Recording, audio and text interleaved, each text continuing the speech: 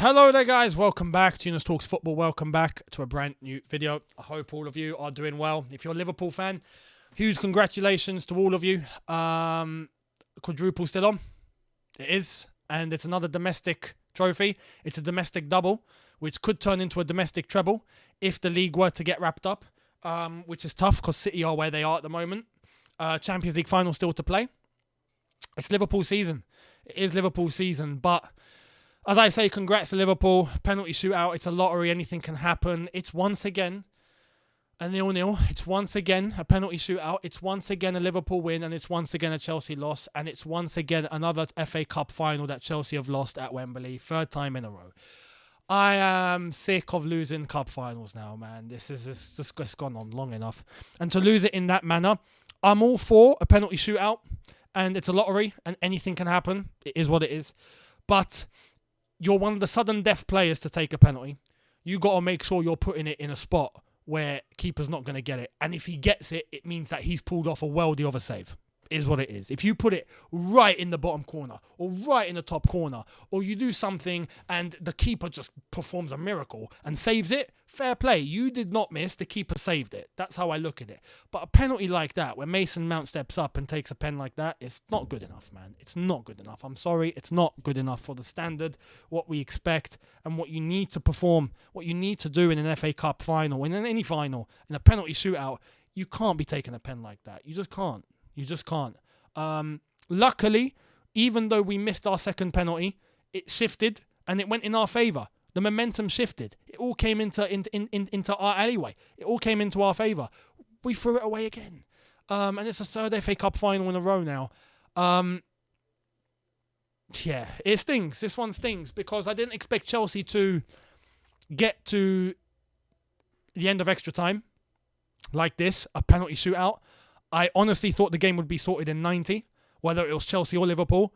And we had what it took to win the game. Once again, just like the League Cup final. Now, did we have control and dominance like we did in the League Cup final? No. I wouldn't say Chelsea were the better team on the day. It was quite 50-50. But we had portions of the game where we come out all guns blazing and we literally had what it took to finish the chances and score. And once again, we didn't. Now, fair play, Liverpool didn't either. Liverpool had chances and they didn't bury it. So you could honestly look at it from that point of view and go, both teams just really should have put their chances to bed, finished their dinner, and none of them did. But this is a story of Chelsea season after season after season now. We can't finish. We can't finish. We can't. Tactically, and then the subs that came later, I was confused from Klopp and from Tuchel here. And again, this is why I'm looking at this and I can't really criticise Chelsea too much because I'm criticising Liverpool for the same things too. You know, it's a case of some of the subs that Klopp made, taking Van Dijk off, for example. You know, taking Salah had to come off, but taking Diaz off, I'm like, what's he doing? You know, taking Robertson off straight swap for Tsimikas. I'm like, why? Especially the Van Dijk one for Matip. That got me a bit confused. Especially straight after Chelsea had gone to a false nine. And this is where I look at Tuchel. I'm like, hang on, we've taken Lukaku off. Okay, fair enough. I thought maybe a Werner would come on. We have to bring on a striker. We go to a false nine. Pulisic plays as a false nine. Now, Pulisic in the second half began to look a little leggy. Later on, he did look leggy. But playing as the striker, when you've got two towers next to you, bit concerning. Then we bring Loftus-Cheek. He comes on as a false nine. I'm like, what's going on? And then he gets taken off for Barkley to come on to take a penalty. Now, that worked because Barkley did end up scoring his penalty. But why bring Ruben on in the first place? And I feel like we went a little bit too pragmatic. We went a little bit too reserved in extra time when we could have honestly taken the sword to Liverpool. I think we had enough space in the game open up for us to hit them and to maybe be a bit braver and to take it to him because they were leaving themselves exposed at times. They were starting to get leggy. They were starting to get tired, just like us, but they were starting to lose possession a lot easier. They were starting to make bad choices. They were starting to misplace passes. They were losing the ball in very key areas for us to go on the counter or launch an attack or start a transition. And I don't feel like we had enough to take advantage of it when playing with a false nine. You know, very, very weird state of affairs tactically from both managers. But again, we grew into the game. We were looking a bit shaky at the start. We tightened the spaces up. Eventually, we managed to start defending well. But we don't finish our chances, and that's what comes back to bite us every single flipping time. Every time.